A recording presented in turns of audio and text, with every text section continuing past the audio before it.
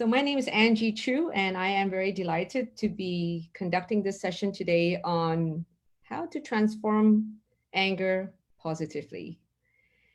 Now, how many of you have never gotten angry in the last 1 week? Anyone? I doubt so. So even as a mindfulness practitioner, I do experience annoyance, I do experience irritation, and I do experience anger. It's not that when we do mindfulness practice that we no longer have any of those emotions, nor do we actually get triggered. The fact is we will get triggered, and that is normal. The question is, what do we do with that anger? Or what do we do with the annoyance or irritation? Do we use it destructively, or do we use it constructively? Because when we use it destructively, we tend to end up destroying. And if it's not destroying, we'll be damaging to relationships. Whether this is relationship with a loved one, whether it's our child, our spouse, our partner, our friends, and even our colleagues. Because when we explode, we tend to be very hurtful. Our words are cutting, piercing, and abusive sometimes. And this gets repeated in their minds. Because although we have spit the words out, very often, they keep replaying it in their minds. And it hurts them over and over again. Just as when anger is directed at us, that person gets angry, explodes, and probably even forget about it. But we may not. So I'm going to just use some slides to illustrate. And I welcome all your questions as well as your comments so that we can make this more interactive. Okay. And this is just a slide to remind you that there's a Singapore Mindfulness Conference coming up. So if you haven't registered, please do.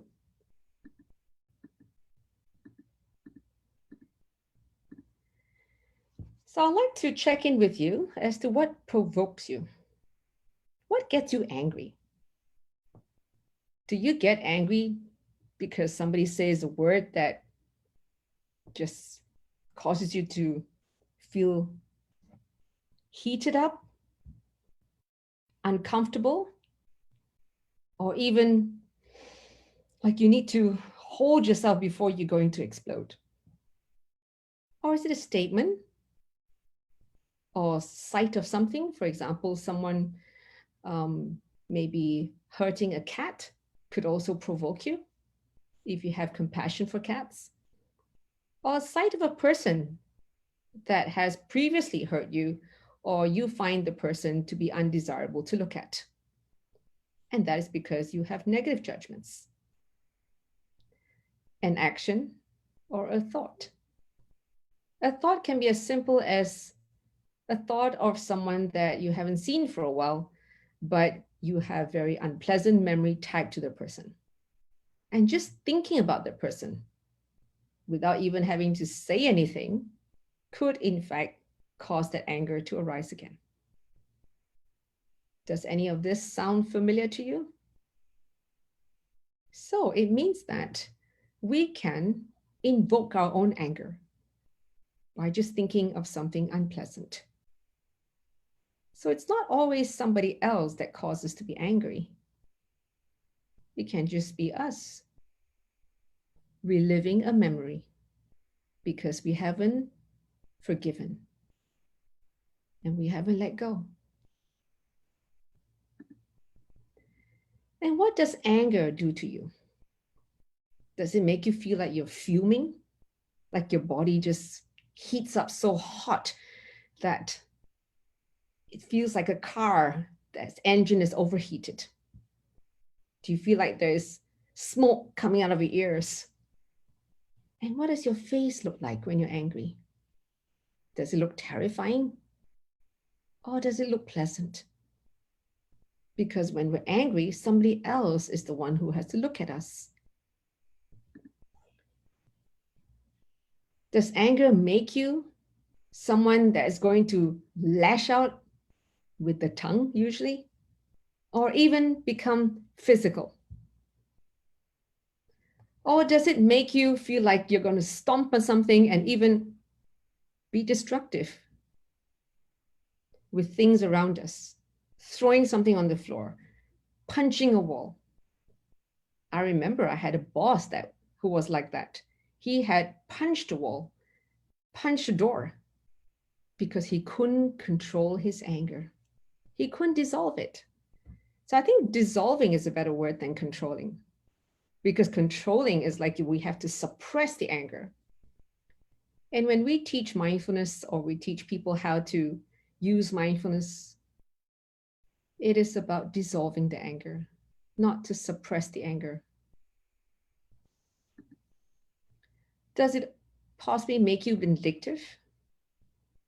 That you harbor the anger? It's what people call it, a grudge, waiting for a time that you can actually stab somebody as a way of getting back at that person who made you angry, or you felt that you've been betrayed. How does that feel in here? Just feeling vindictive. How does it feel?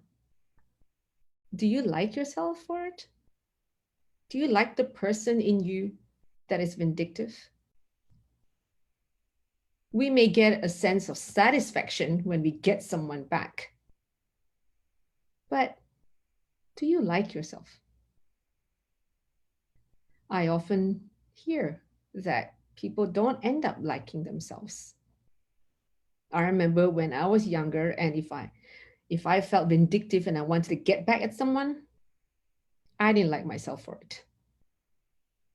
And it's more important that you do like yourself, because you live with yourself 24/7.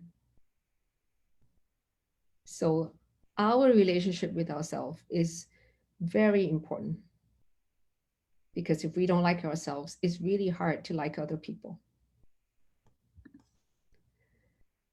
So this is the question: how do you feel after exploding? You may get a sense of satisfaction, or feel like you have been able to release that anger from yourself, but you may actually feel lousy, feel like you haven't been a good person, or feel sad and regretful. So these are some of the negative after effects of expressing anger in a non-constructive way. So today's talk is about how do we transform that anger? Because life becomes easier when we learn to accept an apology that we never got. Yeah, you thought that it's about life become easier when we accept apologies that we are deserving? We're going to go through life a lot, feeling offended, feeling hurt, when that person may not even be aware. And those of you who are parents, this is a normal occurrence with our children, just as we have hurt our parents many times and not even realizing we have hurt them. By being curt to them, by being dismissive, by ignoring them, by not caring when it's not convenient. We were not aware. Same, when our children hurt us, they too are not aware. And even when they're not our children, some people hurt us. They may not even be aware. And sometimes people offend us deliberately because they feel hurt inside. So they just want to inflict pain on others. And we just happen to come along at the wrong time or the wrong place. So what I practice is, when I get offended or I get hurt, is to forgive, to accept an apology that I never got. And this way, I am fully empowered to release myself from the hurt, from the anger, Because if we are demanding an apology and wanting an apology, we are setting ourselves up for that hurt to persist. So imagine you offended me. You might not even know. But if I came to you and says, you offended me, and your reply could be, I didn't mean to. What do you mean you got offended? I said, yes, you offended me. And you may say, but there was no intention to offend you. Now, in my mind, I'm expecting an apology, and I didn't get one. I would continue to fume and be angry, and I demand an apology. And your reply could be, why should I apologize? I didn't mean to offend you. Now, who have I given the key to my happiness to? Yeah, to you. I have just handed my key to my happiness to you. Is that smart? Not at all.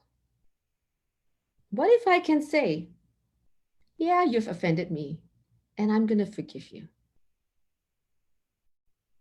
Now, the key is with me. I have regained the key to my happiness because I have not put myself in a cage and handed my key to the cage to someone else, waiting for that person to unlock it. And all it is a change of perspective, that I do not need an apology. There's a lovely phrase that I will forgive anyone who hurt me in the past. I will forgive anyone who hurt me in the present. And I will forgive anyone who will hurt me in the future. And when I can live up to this phrase, I am free. I am free of anyone who could possibly hurt me. And this had been extremely helpful in my life in dealing with my children when they were growing up as teenagers. When I felt hurt and angry, I realized that I had to work on myself, not on them, because I allowed myself to be angered. So if I allowed myself to be angered, I will now train myself not to be angered by their unthoughtful ways, insensitive words, and their sometimes maybe deliberate hurtful actions. And that is so empowering. So I like to share a little video with you because, first of all, do we know what makes a good life? We all want a good life, and sometimes anger gets in the way to the point that we don't feel like our life is good because so many things are wrong. Things are not going our way. And then there's so much anger in us that we can't feel like it's a good life. So those of you who've seen this video, please watch it again. Those of you who haven't, you are now going to watch a video about a study that was conducted by Harvard or in Harvard for over 75 years. It's the longest ever research. So please watch this and be aware of the takeaways from this video. Well, I hope that video was thought-provoking and inspiring to you, as it has been to me. I use this video as well to my students at NUS in the course that I conduct there, because I like them to realize the importance of relationships while they are still a teenager or in the early 20s. Because when we invest in relationships, These relationships will help us through difficult times. When we don't invest in relationships, well, they're not there for us to lean on, especially when we are in need of help. When we have a lot of anger in our life, we tend to strain relationships. And that's why it's so important for us to be able to manage our anger. Now, anger, it's not bad unless we use it destructively, because anger can be transformed to be positive, which is what this topic is all about today. When you see something not right, or something is not just, or it's unfair, we feel it in here. That sense of agitation, annoyance is felt here.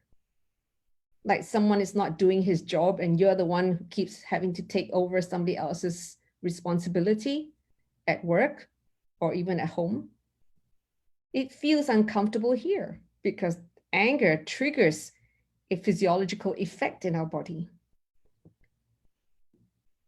But what we need to be mindful of is not to act in that moment in time. Because if we do, it is usually retaliating in nature, or we say something that is not helpful, not constructive, and it could just make things worse. So the thing to do, the technique that we teach here, is just to take a deep breath. Remember to take that deep breath, because this is what dissolves that anger. And when the anger level is lower, we can think better. There is a shift in which part of the brain that we use. Those of you who've taken my course would know that we're shifting from the amygdala to the prefrontal cortex. And it's the prefrontal cortex, this part of the brain, that helps us to be creative, to be able to think logically and rationally and make better decisions. So when something doesn't feel right here, take note of it, that, wow, doesn't sit well. And dissolve that anger, reflect on it. Even better, write it down. Write that problem statement down on a piece of paper so that you can actually look at it and then write down your options.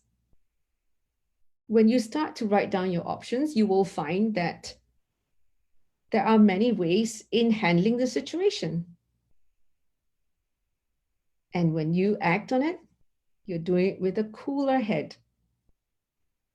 And that way you can engage with the person or with somebody who is able to make a shift to what was wrong in a logical and rational way. And this is what will help you to have the respect of the others. When we're angry and we start to raise our voice and we start to become emotional, we tend to lose the respect of others. And it doesn't take much. So having that awareness, that mindfulness in that critical moment is what preserves our credibility. There is a quote here: if you don't like something, change it. But if you can't change it, change the way you think about it. To accept that, okay, this is just the way it is. I can't change it. It's beyond me, beyond my pay scale, beyond my pay grade, beyond my ability. But a lot of times, when you can write down your options, you will find that there is something that you can do. It may not be as great in effect as you would like it, but some changes is a journey, a little bit at a time.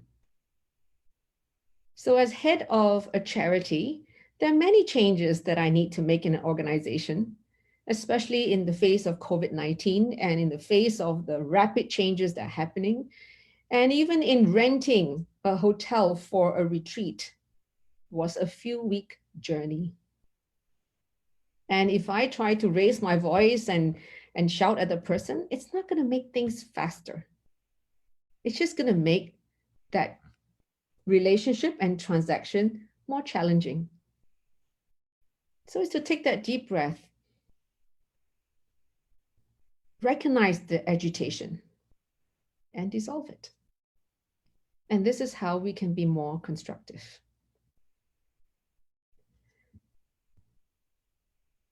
Now, those of you who may be facing some challenges now, reflect on why do you not have the relationships that you can lean on? Instead of blaming the world, blaming the organization, perhaps there were areas that you were not focusing on that would have helped you if you did. For example, being flexible, being accommodating, being helpful, being useful. I've had to lay off people at work in previous jobs. And the reason why they got laid off is because they didn't want to put in the extra. They wanted to be very inflexible. They feel that doing the minimum is what they're hired for, and that's all they will do. And they didn't want to be of help to others. So when the time came that had to be cuts, they would be the first on the list. But those who were always forthcoming in helping others, who were not afraid to make mistakes and were willing to give it a try and willing to learn and step out of their comfort zone, their attitude is what saved them. So now, if you don't have someone to lean on, put yourself forward to be useful to others, even within your family. Instead of sitting at home and doing nothing much, help out. See what needs to be done, what tasks, what chores. Offer to your friends your time, even though it may seem inconvenient because you have to wake up earlier, you have to go and get in a transport and even pay for your transportation to get somewhere to help someone. This is the kind of investment in relationships that when you make them, they become relationships that you can lean on. But it's not a quick fix. Just as the speaker said, relationships, if they are not in a great position, you can't just fix it overnight. It takes time to repair, but it can be done, and this takes patience. Changing our perspective will also change our experience. For example, if we take the perspective that the world owes us a living, owes us to give us a job, then we would be very unhappy because it's not reality. When we believe in something that is not the truth, it won't work. And if we ask from the world what it can't give us, it becomes our personal suffering.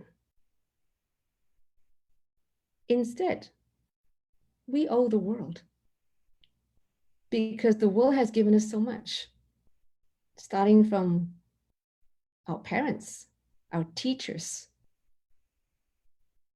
our past employers, our colleagues. They all have taught us, our customers, our friends. So we owe this world for everything that we have received and whatever we possess today. So now it's time to give back as much as we can. And that's why I do what I do.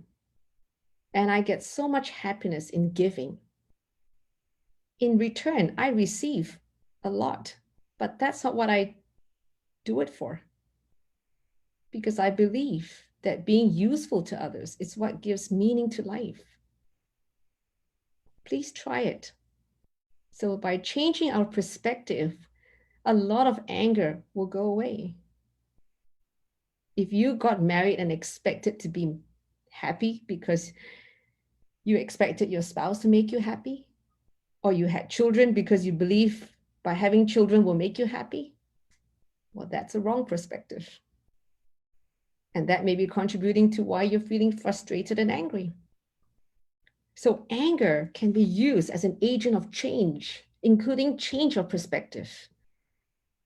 It's like, if you're in a marriage, what is it that you are doing to add happiness to the marriage? If you have children, what is it that you can do to add value to your children's lives? Nagging doesn't. Nagging comes from a place of frustration. And we just keep saying the same thing over and over again and thinking that if we say it one more time, it's going to bring about a positive change. Obviously, it doesn't. So right there is a problem statement, because nagging comes from anger. What are my options? My option is to speak differently, find the right time and place to convey my intentions. Another option is allow our children to grow up and for them to learn in their own journey of life. That we're not here to protect them in every way, but to be here to support them when they need it. And that we're not here to shield them from making mistakes, but is to be there to cheer them on, that it's okay to make mistake, and they learn from the mistake and they become wiser as a result. So I'd like to talk a little bit about struggles, because a lot of times people say, oh, life is a struggle and I'm struggling with this. Struggle is all mental, because it's not physical. You're not in a fight with someone and you're trying to unwrangle yourself out of a situation. It's usually mental, wanting something the world is not able to give us now. That is what creates the mental struggle. If we can say, well, it's okay, it's not now, maybe in the future. And especially for people who are graduating today, they can't get a job. It could be perceived as a struggle. Why? Why put yourself to that mental torture? Instead is to say that, well, can't get a job now, so what can I do with my life? And there are a lot of online courses that one can take. In fact, you can now sign up for Oxford, Cambridge online course that never was a possibility before. You can go and volunteer. You can go and learn certain skills that you never had a chance to do so before. So if we can let go of what we can't have, then it's no longer a struggle. It is desiring or wanting something now. We can't get it. That's a struggle. So if you can calm yourself down, you will find that perspective is what we need to change, what we need to shift. And finding ways of achieving an objective is going to bring far better results than being angry. Because anger can be very destructive. So you can find better options when you're able to calm yourself down. Start with a deep breath. And later on, I can take you through a short mindfulness practice that helps you to deal with some of your mental struggles. But it's not a quick fix, but it may be a beginning of a journey on how you can dissolve your anger than to be burning in your anger. So I hope this little talk gives you a different perspective to how you can use your anger in a more constructive way. At the end of the day, remember you have choices. And choices are the hinges of your destiny.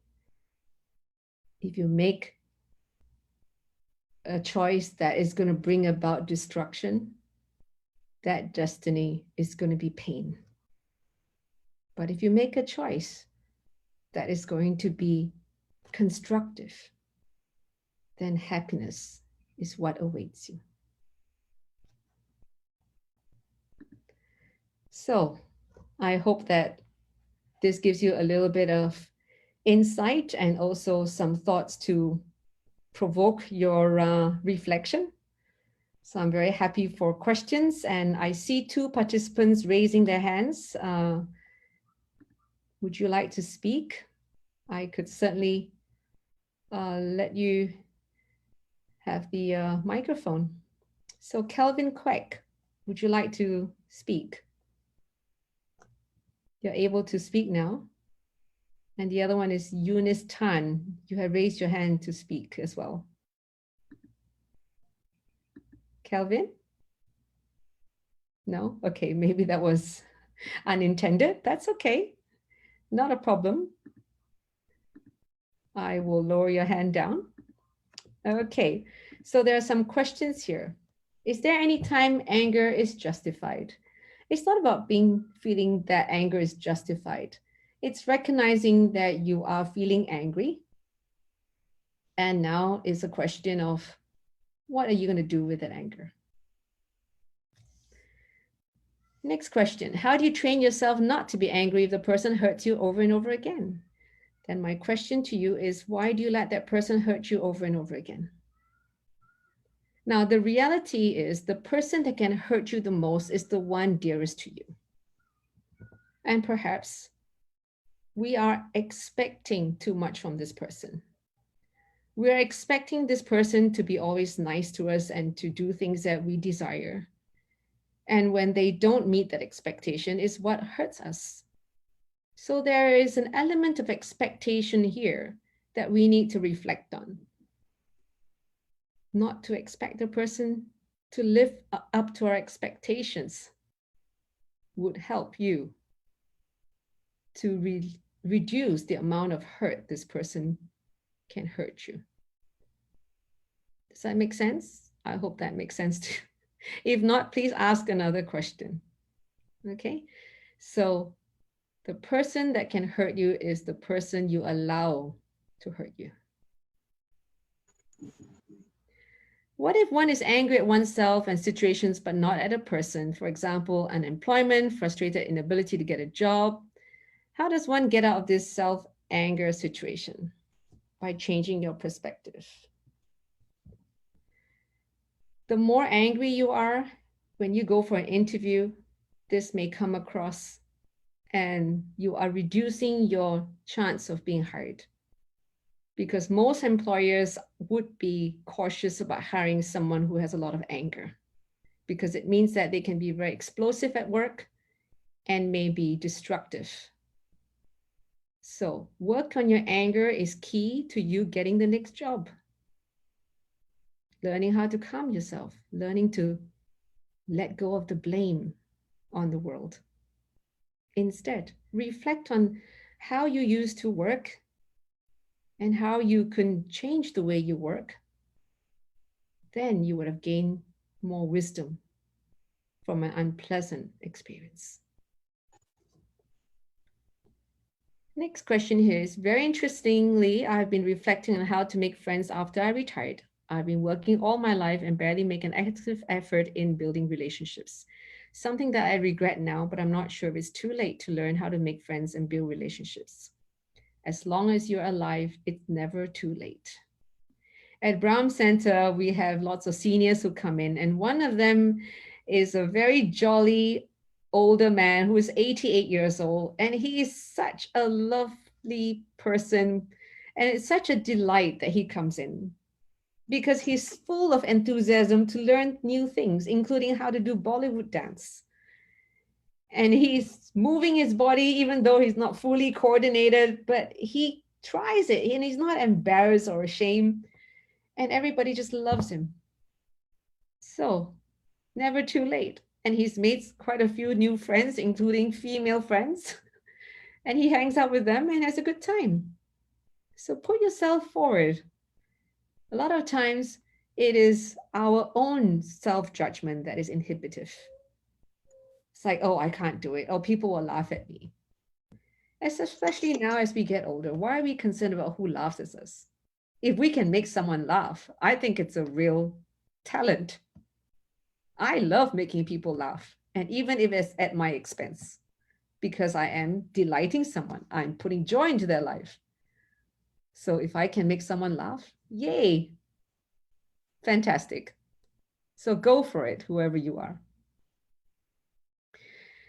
Thanks, Angie, for this talk. Forgiving someone is certainly not easy, especially when you're working in a toxic work environment where people fight for survival and personal benefits. At times, leaving the job is not an option. While forgiving is easier than not forgiving.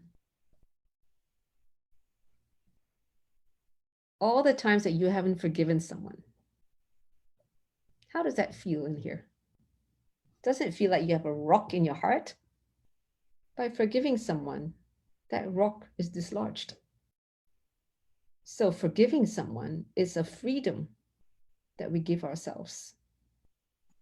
And if we can recognize that these people are fearful of losing out is what causes them to behave the way they do. And we don't have to be like one of them. We can be different. And that's why the lotus flower is such a symbolic flower, that it rises up from the mud. That despite all that dirt around, it still rises from the pool of muddy water and look beautiful.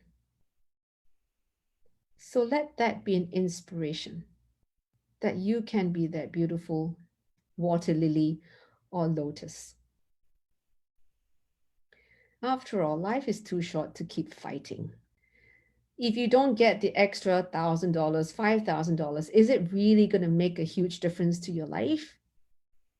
Especially not now in COVID-19 when you can't even travel with all the thousands of dollars you have in your bank account. And if you really lost your job, reassess. What is it that you may need to let go of so that you don't have to sleep with worries at night? And this may include downgrading, making life simpler, give up some club memberships or whatever that may be, and recalibrate. There's nothing to be embarrassed about. It's being smart about things. Next question here is, what should you do when the relation that you used to lean on disappoints you? Let go and move on. I invest in many, many relationships. Some relationships I can lean on and some I can't. That's okay. Don't just depend on one or two, and don't just invest in one or two relationships. Invest in as many as you can. This is like the stock market. You invest in multiple stocks, and some will come through with so-called returns, and some won't. That's life. How not to be taken for granted while we try to give help. When we give it with no conditions. We give unconditionally. And that way, if the help doesn't come back, it's okay. And if it comes back, it's great. So don't help expecting things in return. And that's why the work that we do at Brahm Centre, when we support seniors, we don't expect anything back from them. We support them with the intention of making their lives better, but we don't expect anything back from them. And that is what made our job so meaningful. How do we deal with nasty colleagues who want to force us to do things that compromise our integrity?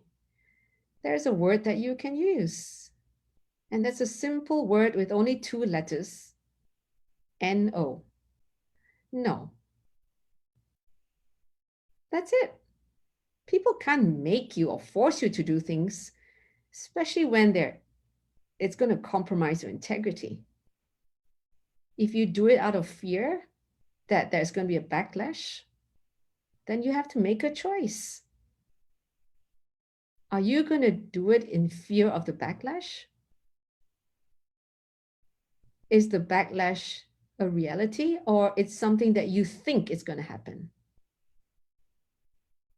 And if you're really forced to do it, have it in writing, so that if you get in trouble, you have something to show for it, why you had to do what you were asked to do. And that way you're protected. Now, there's a difference between ethics and illegal. If it's something illegal, ask yourself if going to prison is worth it. If it's unethical, ask yourself if whether you're going to be unhappy with yourself for doing it. And if you are, is that important enough for you to say no? If we suppress our anger, would be harmful to our health. Absolutely. And that's why I have never proposed to anyone to suppress their anger. Instead is to dissolve the anger. Try taking deep breaths when you're angry. It dissolves the anger. It reduces the anger. And if you can go for a walk instead of retaliating, you can also walk off the anger. The anger is fueled by our thoughts, because that person may have made a statement and been harsh with us, or did an action that is considered inappropriate. But it's only done in the few seconds. What fuels the anger? It's what's going on in the narrative of our mind. It's not that action, and it's not those words. Not those words that were spoken at that moment in time. It's the words that we allow this mind to churn out. And that's why it is the mind that makes a big deal of things that creates the catastrophe. And that's what I meant by a mental struggle. Struggles are usually mental in nature, because the mind creates all sorts of stories and permutations and overanalyze, which is why I practice mindfulness and I teach mindfulness. And so many people have been benefiting from mindfulness courses, because they start to realize that it is not the world that tortures us. It is the untrained mind, the mind that lacks awareness, that tortures us. Next question. How can we help others who have anger control issues often? Sign them up for a mindfulness course. When you are calm, you're also calming, a calming inspiration to the person. So what's important is when you're with angry people is to stay calm. So let me tell you a story. I live in an apartment that has 4 units on the same floor. And one day I heard a scream, and I thought I was some teenager messing about. In a few minutes, I heard another scream. And this time I thought, gee, it sounds like it's coming from my neighbor's flat. And my neighbor doesn't have a teenager. So it had to be her. She lives alone, she's single, but she has her boyfriend who comes and lives with her or stays over. And then it struck me. She was the one screaming. I was concerned. Something didn't sit right here. I was provoked. So I decided to go across and knocked on her door. Her boyfriend opened the door, and I said, "Did I hear a scream coming from here?" And he replied, "Yes, we were just having a fight." I said, "Oh." I said, "Is she okay?" He said, yes, she's okay. We just had a fight. And I thought, okay. So I turned around and went back into my apartment and I sat down. Something still didn't sit right with me. I was a little annoyed and agitated that I didn't get to see her because I couldn't see her for myself that she was fine. And I thought, if something did happen to her, I would regret not checking to make sure she's okay. So I got back up and went across and knocked on the door again. And he opened the door. And I said, where is she? I'd like to see her for myself that she's okay. She's a neighbor. I don't even know her name, but I say hello to her and we exchange greetings. And he said, no, she's okay. She's okay. She's in the bathroom. I said, yeah, I'd like to see her for myself, that she's okay. So I stepped in, uninvited, and I called out to her, are you okay? She stepped out of the bathroom and she had a towel wrapped around her hair. She looked a bit flushed. And I said, are you okay? And she said, yes, I'm okay. I'm okay. Sorry, I'm okay. We just had a fight. And I looked at her and I said, please don't fight. And then I went back to my apartment. I felt satisfied that I made sure she was okay. And I'd like to say that since that day, there has not been another fight, or at least not one that had screams coming out of her apartment. And I like to believe that my intervention helps them to realize that someone could be knocking at the door if they were to have another fight. So I was provoked and I decided to do something constructive. I wasn't going over to tell them off or to give them a lesson about life, but rather to make sure she's okay and to let her know that I care. Okay? How do you help teenagers who are angry all the time and will not accept strategies to help them manage their anger? Are you angry at them? If you're angry at them for not helping themselves manage their anger, then you may not actually be helping them. Instead is to say, okay, just work on your anger and let them be. Teenagers have a very high level of triggers because this part of the brain called the amygdala is fully developed at the age of 15. And it's about part of the development in becoming an independent adult that they can survive on their own. And they usually want to survive without their parents. It's part of growing up, part of the nature of humans, like the animal kingdom, to become independent, to be able to look after themselves. And sometimes they're angry that parents are protective. So trust them and trust the process of normal human development. Just about every student I teach at the university all have challenging times with their parents. And when they found it challenging and they provoke their parents or they are retaliating in the way they speak back to their parents, it's something that they couldn't help it.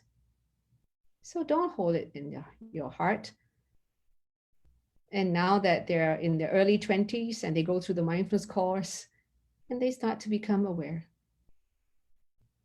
And I get them to write letters to their parents to express their appreciation. And that was a very healing action on their part.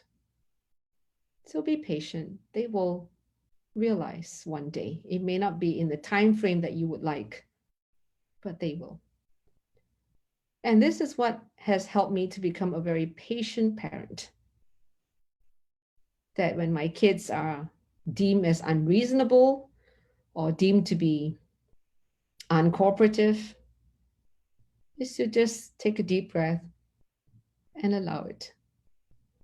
When they grow up, when they're 25 and above, then they will start to realize, because that's when their prefrontal cortex, the frontal lobe of their brain, is fully developed. We normally can control our emotion. However, sometimes only a short moment that we could not control, but said something that hurts. How do we control our anger at that instant? Take a deep breath. So in practicing mindfulness, it increases our awareness that we are feeling angry, that our muscles are tensing up. And that is what helps us to remember to take the deep breath. Will suppression of anger be a catalyst, a point of explosion without having to release it to the person who first triggered the anger? Not even able to put the judgment aside and forgive. If you keep that judgment and that fuels the anger, then chances are you will explode at that person given another opportunity, especially when you are triggered again. So that is why mindfulness is defined as paying attention in a particular way in the present moment, non-judgmentally. That means to be able to be aware of the judgments and putting them aside. If the person who is hot-tempered and always gets angry and we keep on forgiving, he would become a bully and see us as weak. Well, when I walked across to my neighbor, I certainly wasn't weak. Or if I were to take a position and says, no, that's not going to happen, that's not being weak.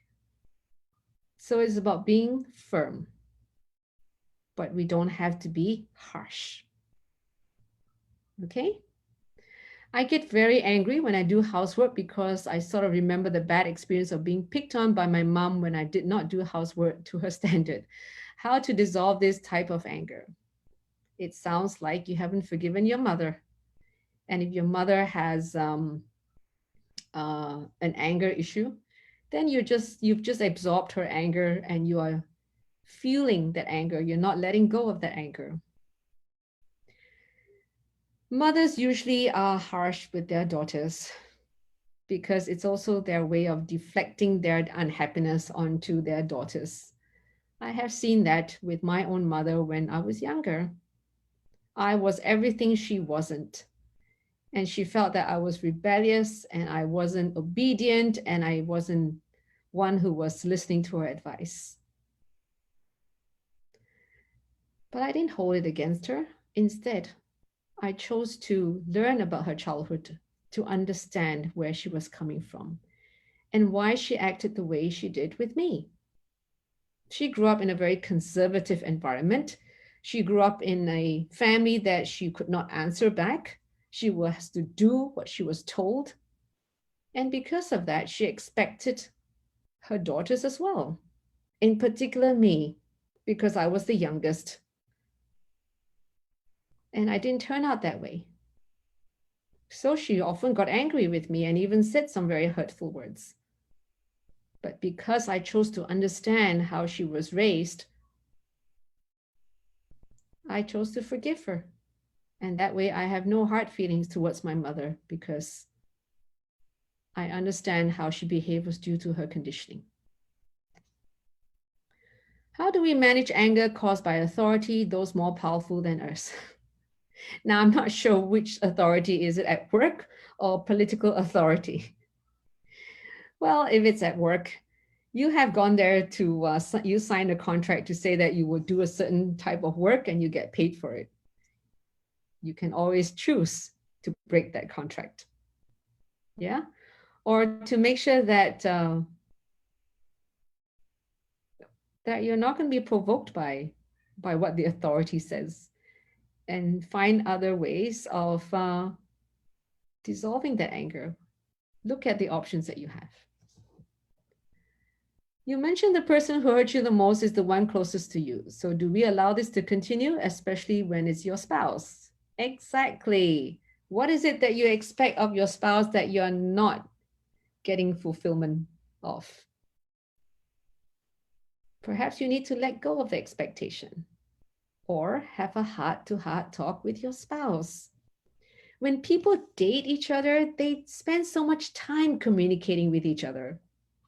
But when they get married, after that, they don't communicate as much. They don't talk about how they feel. They don't talk about how they are, what they're unhappy about, and to find a common understanding on how to move forward.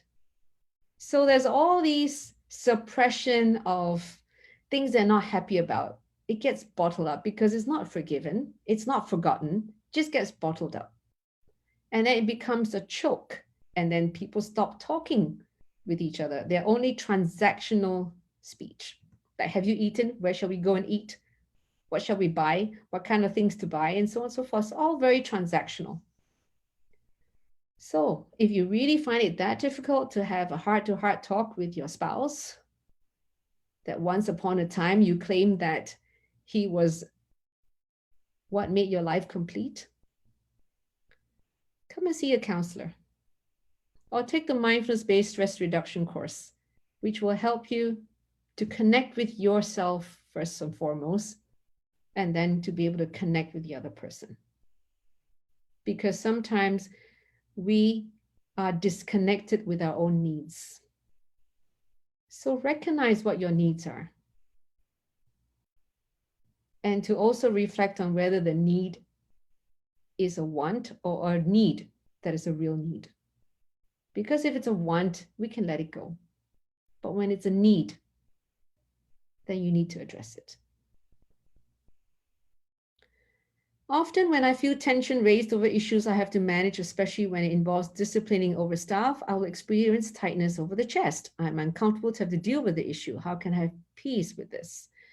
Well, as a manager, we have no choice but to deal with certain aspects of staff when they are not complying with certain guidelines, or they are stepping over certain boundaries.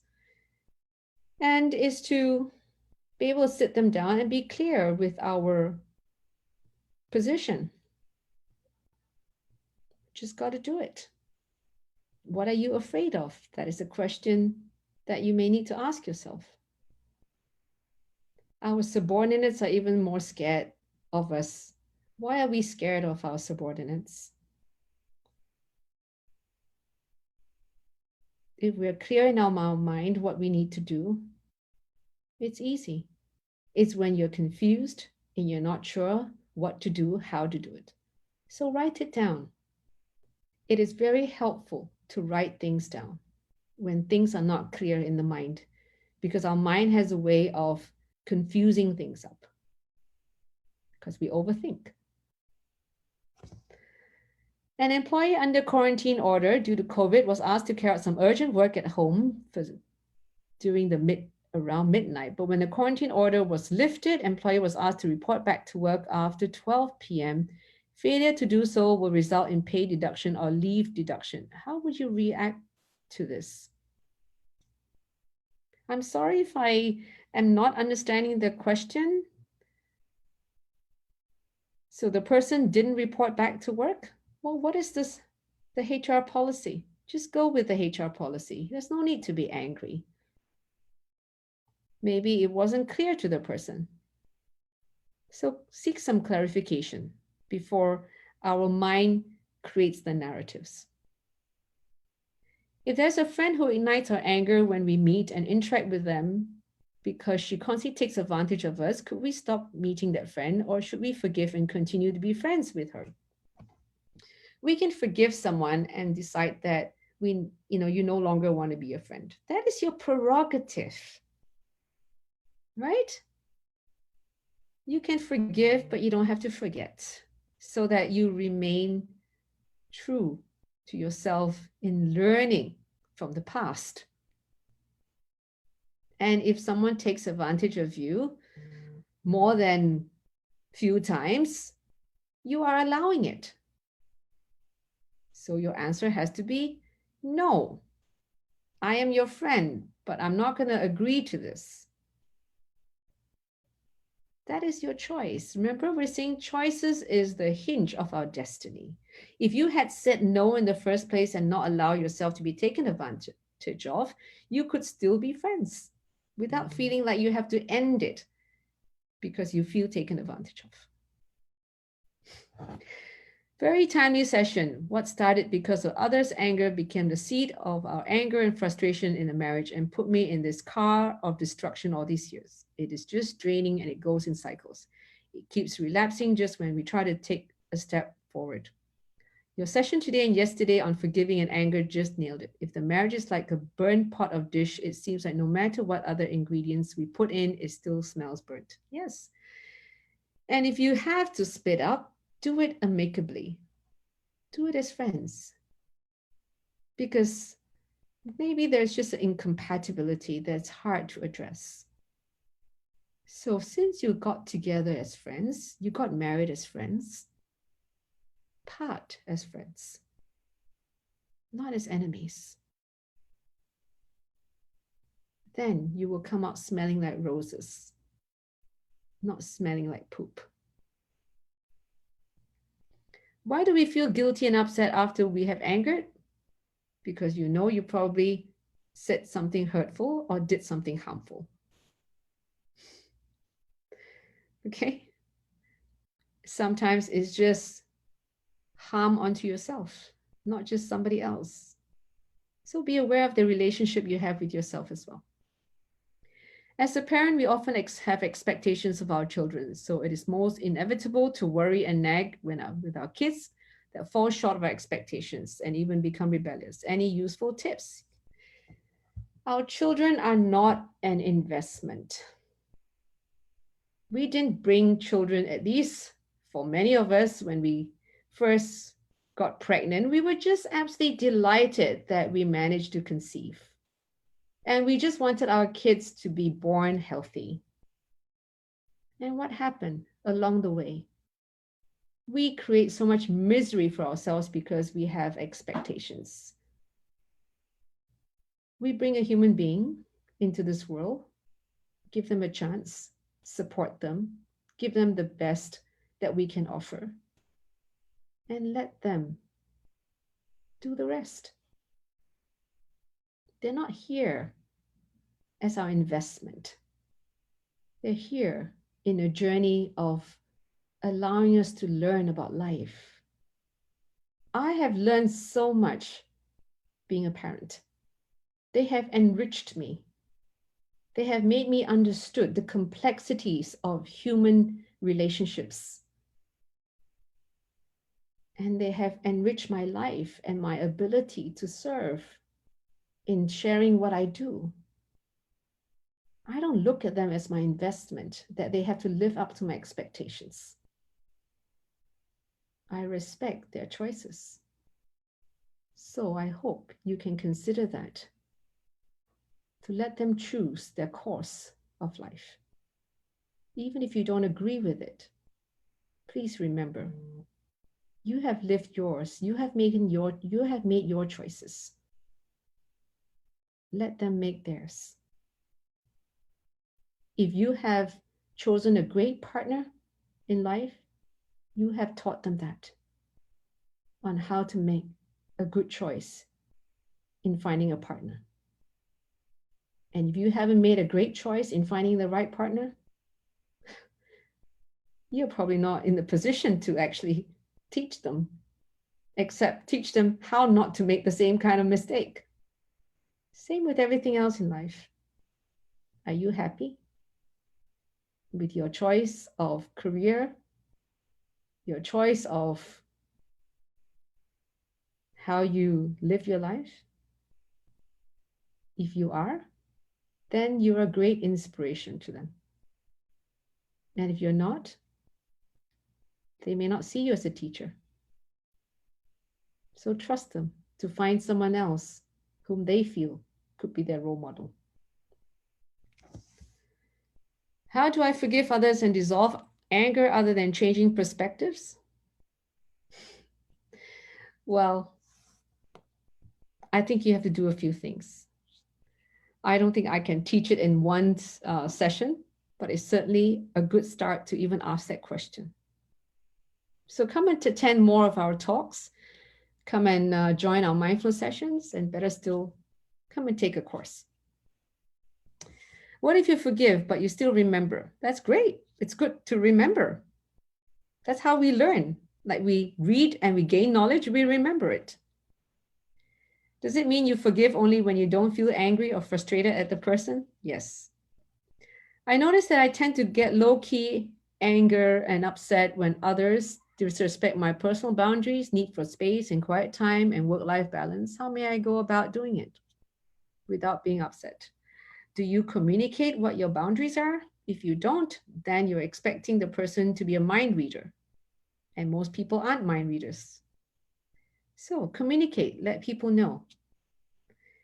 It is easier to forgive friends, co-workers, and strangers, but not family members. Why is it so? Because you expected them to always be respectful, to be kind, and to know what they're not supposed to do. We don't expect that from our co-workers and friends. We communicate more. That's why. It has everything to do with our expectations. There's too much presumptions between people who are close to each other. How do we be less easily triggered by the insensitive, irrespective comments from our kids when they're angry and they didn't get what they want? Just understand that's how the amygdala works. That's the part of the brain. It just goes into a fight mode. It's like you put ammunition in a gun, it just shoots. So when we trigger them, we put ammunition into their guns. Okay. Thank you for this. It's comforting. I was not considered for my academic role lately, and it hurts, especially when the selection panel went silent. Leaves one's mind to wonder why. Well, perhaps it's a blessing. Take it as a blessing, because when one door shuts, many other doors open. But you can only see the doors opening when you start to continue walking forward and not keep looking at the door that was closed. Is anger expressed when you're drunk real anger? Anger that's expressed when someone is drunk is unguarded anger. They get even more dangerous. That's why drunks are very likely to be more abusive and can also become violent. So I wouldn't recommend anyone to hang around an angry drunk.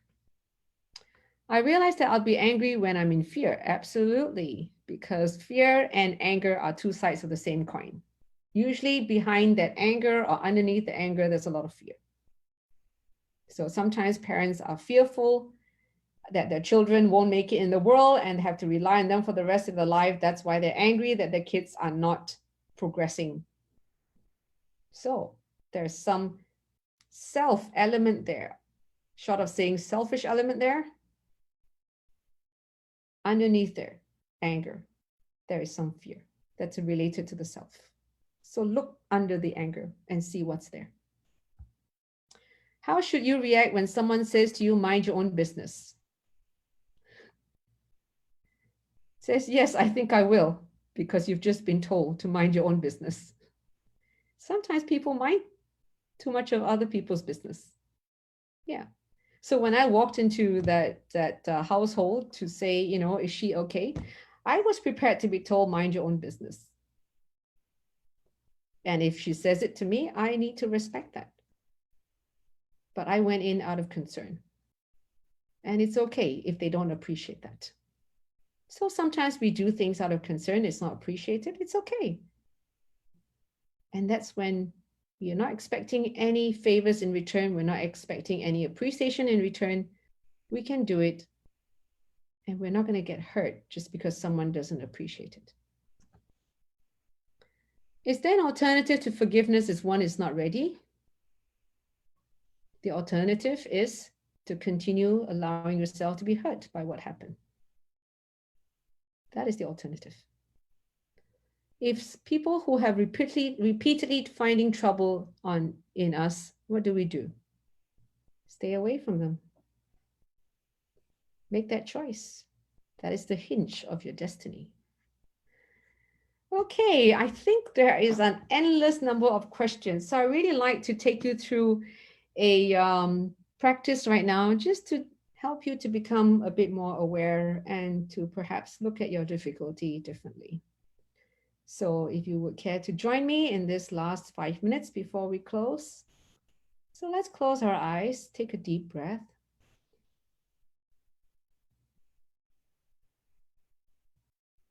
And let's take 2 more deep breaths.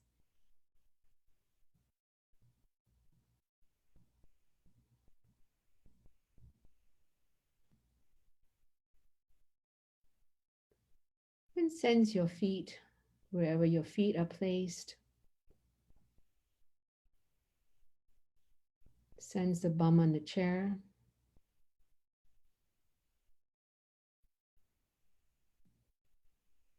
Sense your shoulders.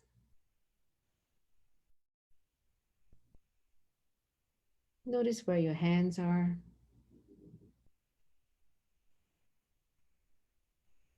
Tuning into your stomach.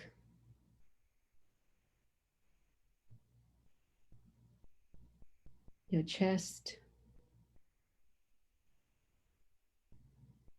Your neck. And your facial expression.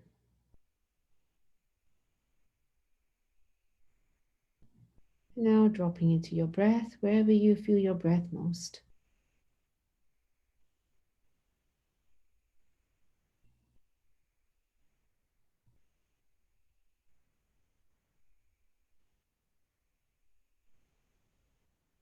And now I'd like to lead you in saying these few words. May I be well and peaceful. May I be well and peaceful. And may I be at ease with whatever arises.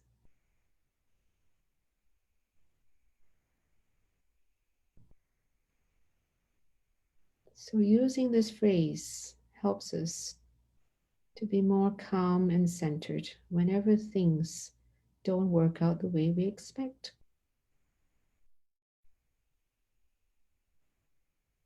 May I be at ease with whatever arises.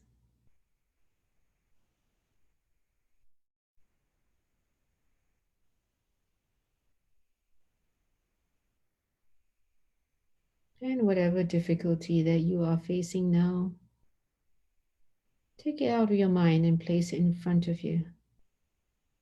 Put it on the table. Place it on the floor. And now repeat that phrase, may I be well and peaceful.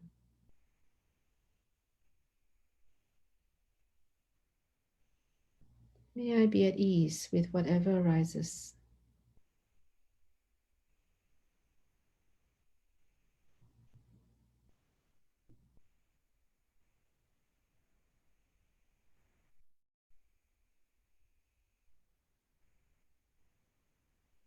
And now look at the difficulty again. Is there another perspective to it? What if you were to step in the shoes of the other party?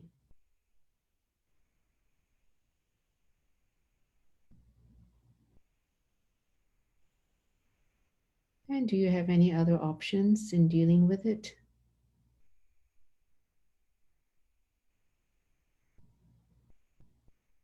What are your other options?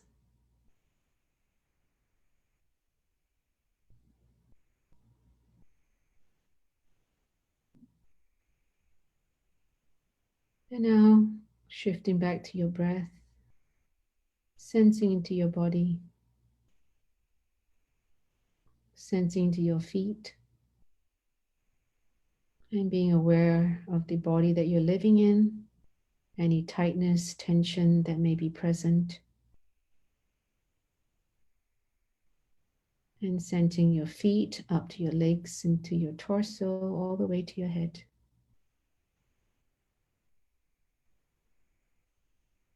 And sensing your right hand up your arms and across your shoulders, down your other arms into your left hand. And be aware of this body that you live in. That you have a responsibility to care for the health of this body. And you only have one. And be aware of how anger can affect the health of your body So the more anger you harbor, the more destructive it is to your health.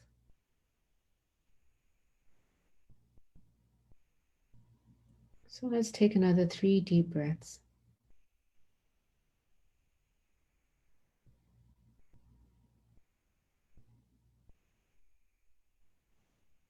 And then open your eyes at the end of the 3rd breath.